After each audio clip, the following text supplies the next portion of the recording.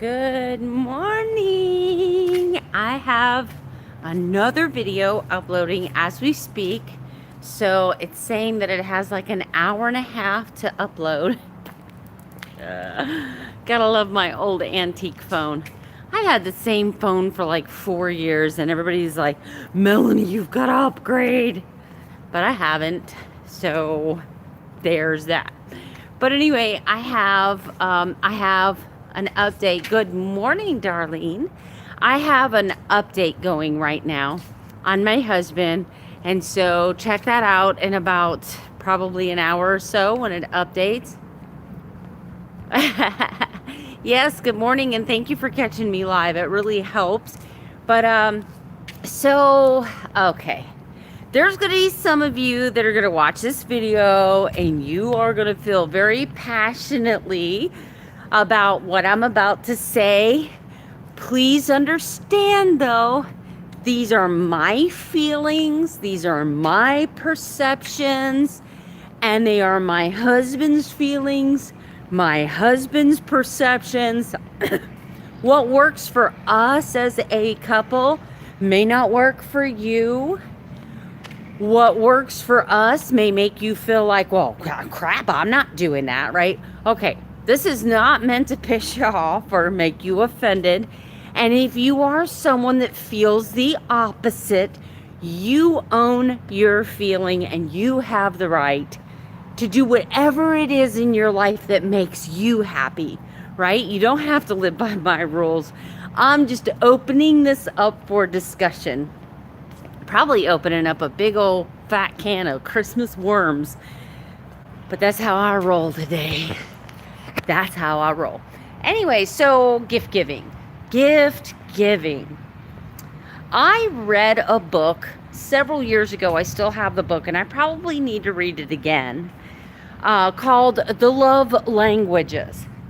Everybody, whether it's a friend, whether it's a sibling, whether it's a parent, whether it's a married couple, they have a love language.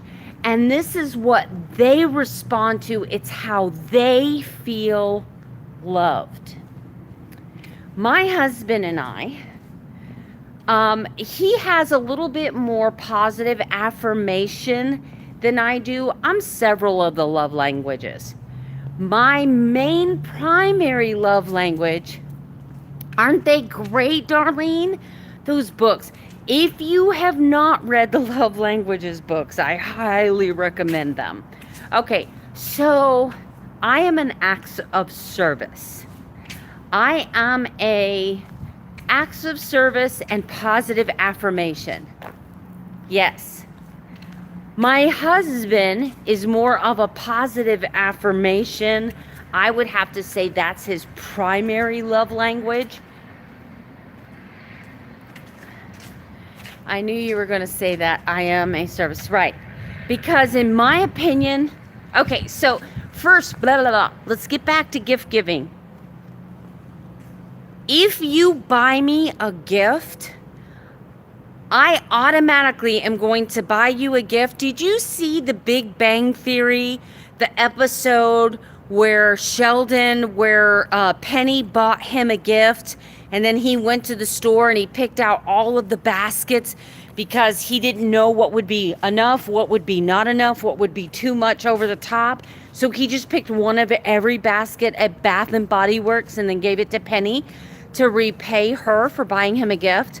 There's been actually several episodes where Sheldon Cooper on The Big Bang Theory was very awkward with receiving gifts. I am Sheldon Cooper of the gift receiving. I have always felt that way. I feel like if you buy me a gift, I'm indebted to you. That's how I feel. That's how I feel. My husband feels the same way too. If you buy me and my husband a gift, we feel stressed out. We feel like, oh crap. Now, because my husband and I are on a very tight budget, if you go out and you buy $100 gift for us, we feel now like we have to go get a $100 gift for you. So You go out and you buy this gift to bring us joy, but what it does is it makes us feel obligated. And then if we just absolutely financially can't match your generosity, then we feel bad. We'll go out and we'll spend the money, we'll buy the gift, but then we feel like, oh crap, it wasn't enough. I didn't do. And it emotes a sense of failure, like we have failed you, like you're not gonna love the gift, even if it's something you love. Let's say that you buy us $100 gift card to Outback, but all we can afford to get you is a $25 gift certificate to your favorite makeup store. Even though we know that's your favorite makeup store, and even though we know you're gonna like that we got that store card for you, we're gonna feel like it's not enough. And so buying me and my husband gifts makes us feel, first, a sense of obligation, a sense of guilt. I suffer from some low self-esteem issues. This is just being raw and real. I suffer from some low self-esteem, like constantly feeling like I'm unworthy. I'm unworthy. There's no way someone could possibly like me. What is there to like about me? You know what I'm saying? And this is not a boo-hoo. I don't want you to feel sorry for me. Don't feel sorry for me. Don't console me. I'm okay. I'm working through these issues with God. I'm working through them. I know I'm worthy in His eyes. I'm worthy. He's already redeemed me, right? But what I'm saying is I suffer from some pretty deep-seated childhood, severe scarring issues that make me believe that I'm not worth your gift. I have a hard time taking compliments when someone compliments me. And you're going to see that when you see my husband's video. When I do his progress thing, I start crying in the middle of the video because he complimented me. I don't, so awkward. So gifts. I actually don't like Christmas because of the gift exchange. Don't like it. I, however, have been brought up with social graces. Yes, Darlene, I think you and I have a lot in common.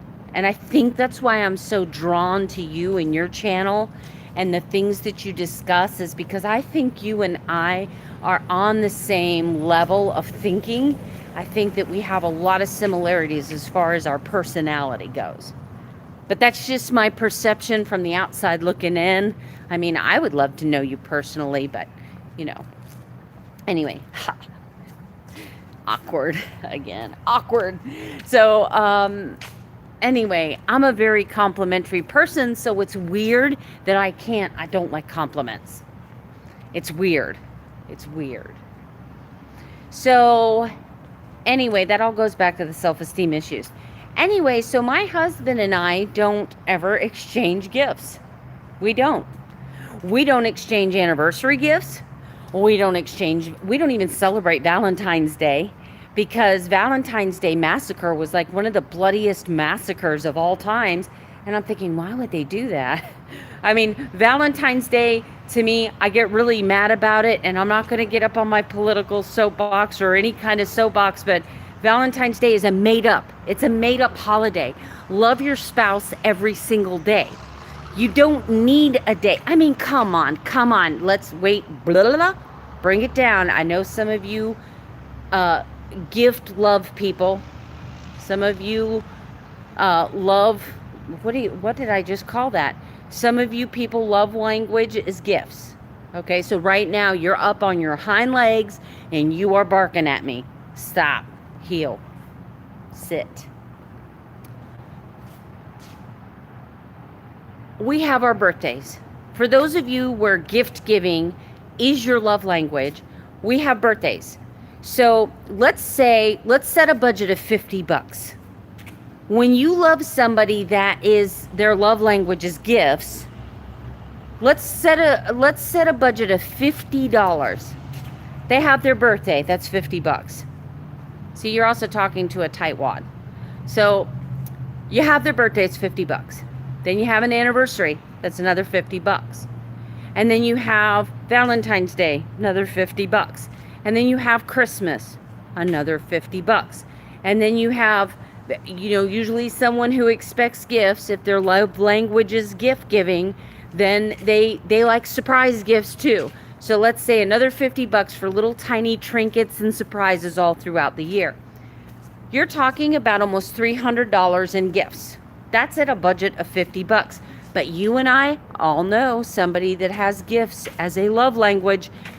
You're not going to spend $50 on them and make them happy, because in their mind, the amount of your gift, the amount of money you've spent on the gift equals how much you love them.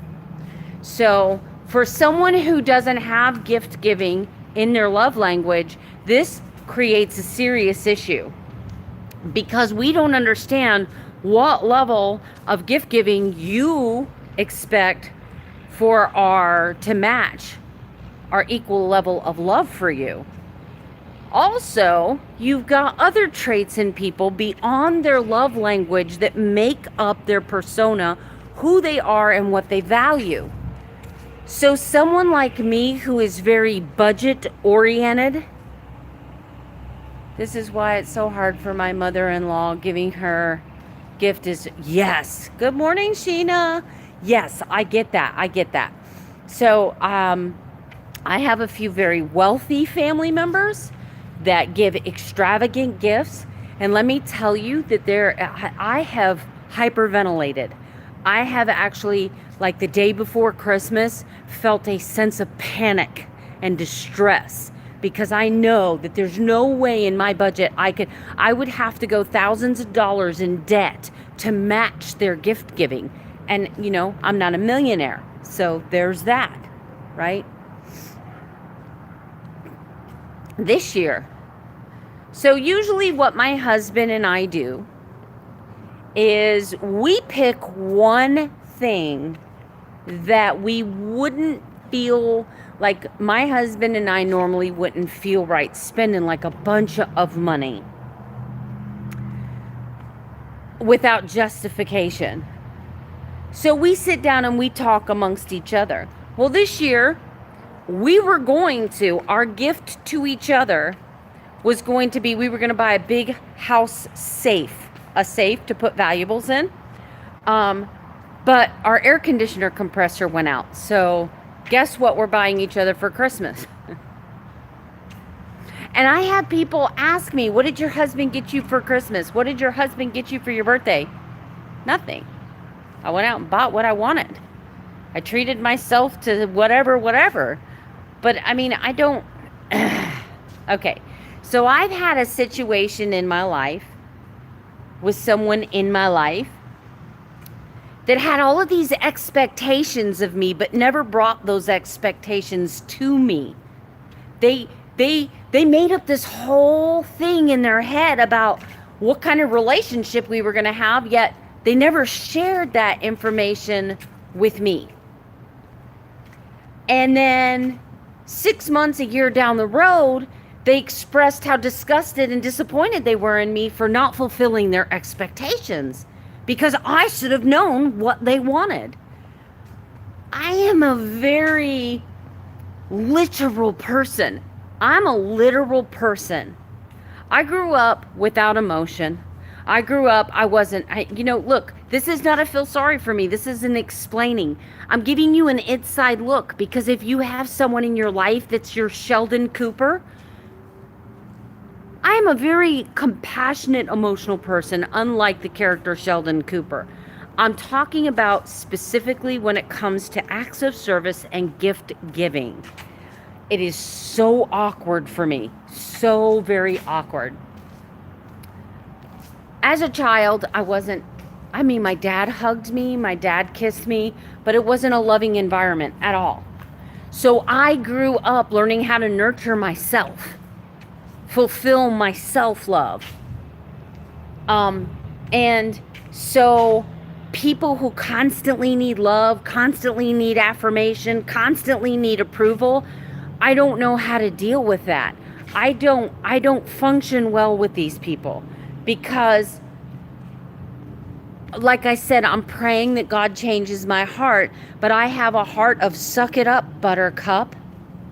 To me, Okay, so one of my favorite sayings from childhood is, I once complained about my foot hurting to a man with no legs. Let that sink in for a minute. That's not my saying. I got that from my dad. Said it a few times when I was growing up. And I've heard similar sayings. But basically, okay, another example. When somebody who weighs 150 pounds and has 10 pounds to lose comes to me, I have to dig deep for compassion, and comes to me complaining about how hard it is to lose that 10 pounds. I'm thinking, I got 70 pounds to lose. Are you kidding me? Or for instance, I snapped at my husband the other day because he's like, I was at a Christmas party. You have no idea how hard it was to walk past all of those donuts. And I'm thinking, have you not... Did an alien abduct the guy that has watched me struggle for 4 years while you've eaten bags of potato chips on the couch right next to me while I am not eating potato chips, right? So my brain is on constant defense mode. Constant. And so when somebody comes to me, I have to dig deep, because my biggest thing is suck it up, buttercup. You know, that's life. But it's because of my upbringing. It's because of what was written on my heart growing up. I thought you'd like that, Sheena. I love my husband, but seriously, I have lived in a house. Go back all my videos. I'm living in a house with two people who are continually eating sugar and eating. I've actually done videos where I've cried because it's so hard every night to sit there while my stomach was growling because I was limiting my calories and I was a diabetic and didn't know it. My stomach's freaking growling and feels like I'm starving to death while I'm watching these two eat just freaking mindlessly and feeling like, oh my God. You know, so yes. So that is funny. That is funny. That I've been keto for 7 months and my husband's like, you don't know what it's like to go to work and have to pass those table of donuts. And I'm like, I have a monthly staff meeting. Every month I've done videos about the stress of staff meeting and sitting there in a room with 15 of your coworkers while they pig out on mashed potatoes and gravy. And I mean, I just went to a Christmas buffet where, yes, there were things on the menu I could eat and I was totally happy with it. And I stayed keto, but there was a table dedicated to desserts. There was peanut butter fudge, there was coconut cake, there was all kinds of pies, there was warm apple cobbler. Right? Or peach cobbler. Sorry. Peach cobbler. Yes, I know exactly what it's like. I know what it's like to go to Olive Garden fasting when your daughter's eating pasta in front of you. I know what it's like to go to Outback Steakhouse and watch two people eat an entire loaf of my favorite pumpernickel bread slathered in butter while I was sitting here going, no carbs, no carbs, no carbs. Yes, I know where you're coming from. But I've gotten way off the subject now. I want to talk about gift giving. The thing is about the love languages is just because your love language is different than that person's love language doesn't mean that you can't compromise. But the problem with this world today is people believe that if you don't agree with them, you're wrong. But that's not the case. We're all different. We all have different needs. One of the biggest thing that irritates me about other love languages is they don't give you any room to learn. And you can't expect that just because you are a gift-giving love language that someone who's not a gift-giving love language is going to understand how to fulfill your needs, nor are they going to see the importance of it. So by you getting pissed off at somebody who doesn't have gift giving as a love language, you're actually being very selfish, my opinion. But my husband and I don't exchange gifts. And it kills me because I'm constantly listening to girls, Mostly girls. Females are the worst.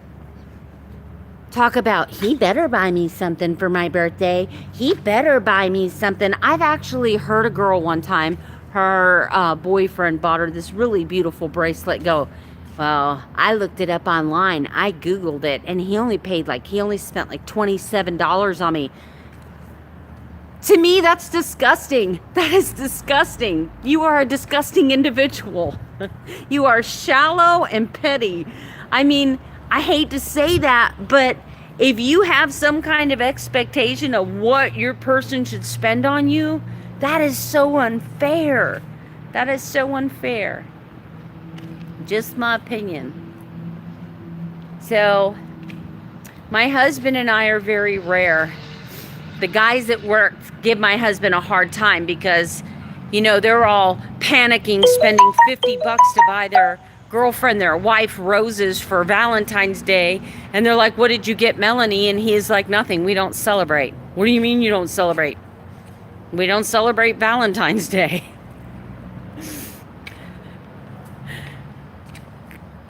Yes, or complain about their wedding ring. I know, that is the shallowest. See, and so that's why I have such a hard time with people who have gift giving as their love language. I don't get it. I'm an acts of service person. So to me, you buying me the best, let's say a Dyson, because I'm a clean freak too. So yeah, I have Cadillac taste. So let's say you buy me a Dyson, I'm going to be so overwhelmed with guilt because I know that you've spent $400 on a vacuum for me, that I am now going to go charge a high interest credit card if I don't have the money, and I'm going to feel like I have to match your gift. Because I know if you went out and spent that kind of money on me, your love language is gift giving. And so now I feel obligated. Now I feel a sense of obligation. And now even though I'm going to love your vacuum, I'm going to hate it every time I got to make a payment on that credit card for the next 6 months to pay off what I had to buy you in equal value of a return. I'm just giving you a point of view and a perspective from someone who's not a gift giver, from someone whose love language has nothing to do with gift giving. Now, you come over to my house and you vacuum my home and do my floors for me. That 2 hours of service that you just performed means more to me than an $800 vacuum. Because what that says to me is that you care enough about me. Number one, you understand how important it is to me to have a spotless home. Number two, you cared enough about me to come over and surprise me with something like that. Just like, instead of, buying me a $50 Outback gift card, let's go have coffee together. I would rather spend time with you. There's another love language, and I can't remember, quality time. So, yes. Yeah, I hate. So, we're all on the same page here. Obviously, the love language, none of us. So, I try my very best to understand and recognize when someone's love language is gift giving. But let me tell you, I got to be honest, I avoid them like the plague. I avoid because it creates such a sense of turmoil within my heart.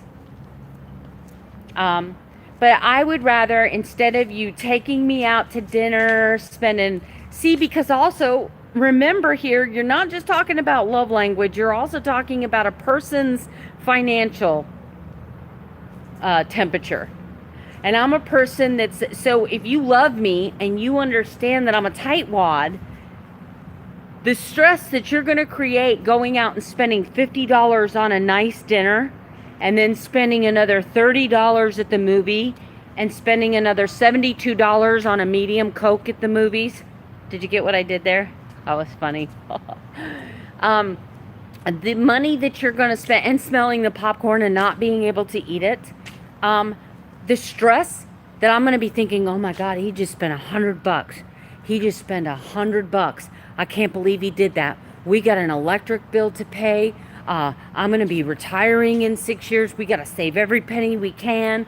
We got a cruise we're going on next year. We probably should save that money for that.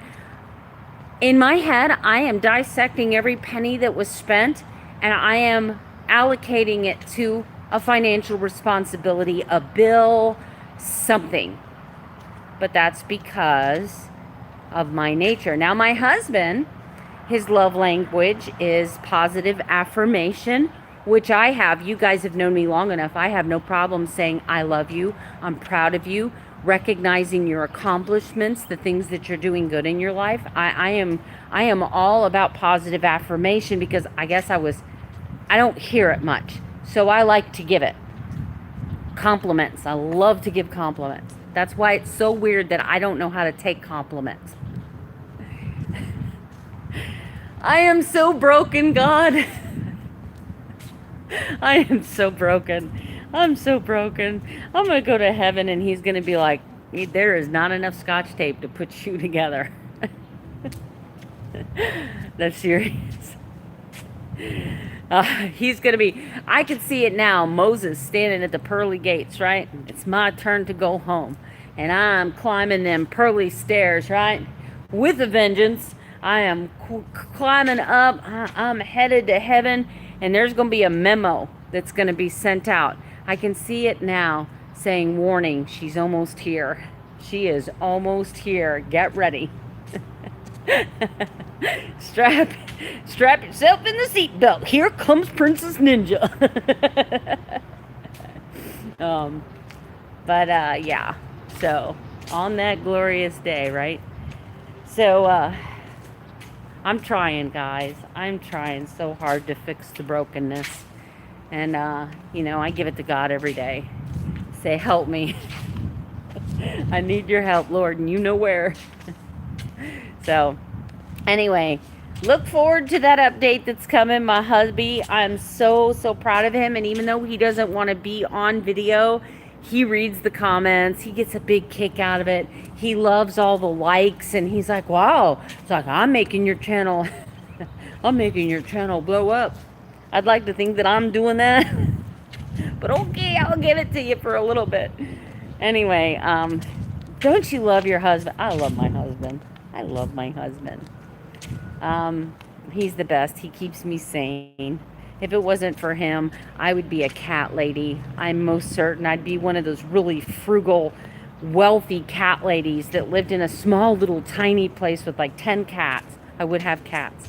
And I would like be penny pinching and using tea bags twice just because I'm such a tightwad.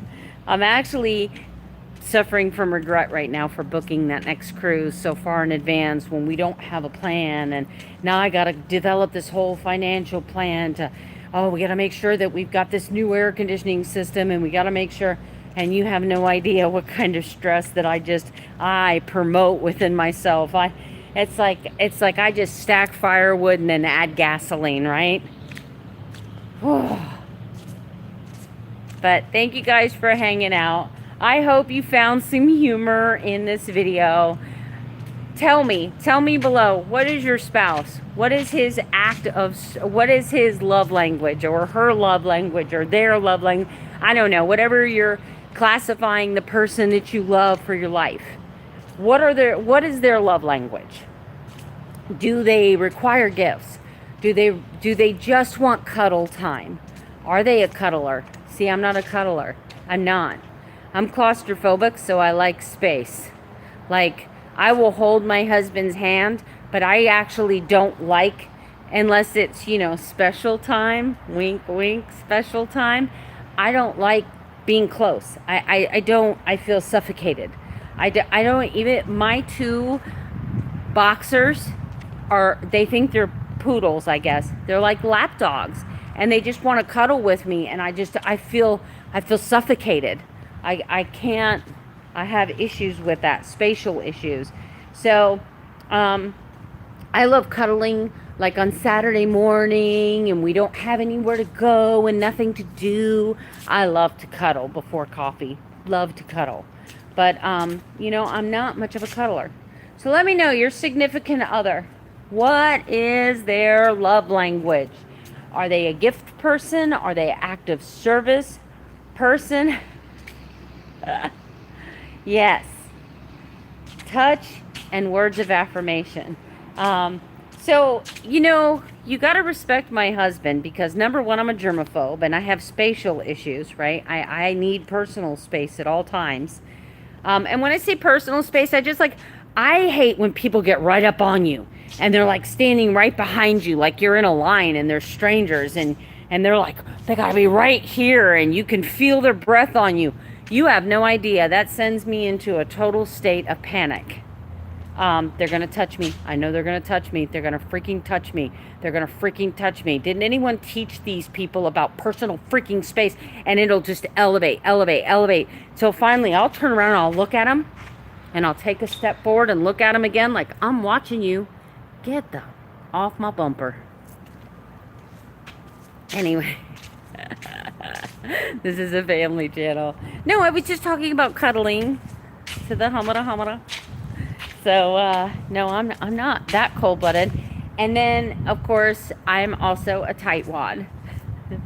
So, he better not like gifts because I'm not spending shit.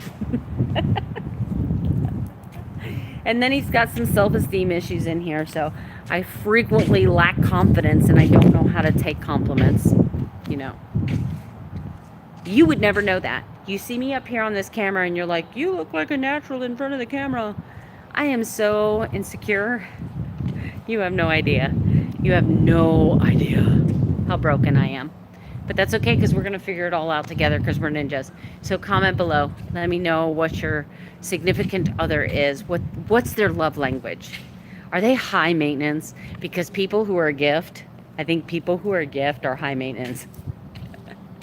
If you're a gift, I'm sorry. I'm not a gift person, so my perspective. Love you, Sheena, Darlene. Thanks for hanging out. Don't forget to thumbs up before you leave the video. And I hope you enjoyed this. I'm just rambling on for 30 minutes, so thanks for hanging with me. I gotta get to work in that building over there. You guys have a great day. Love you too, Darlene.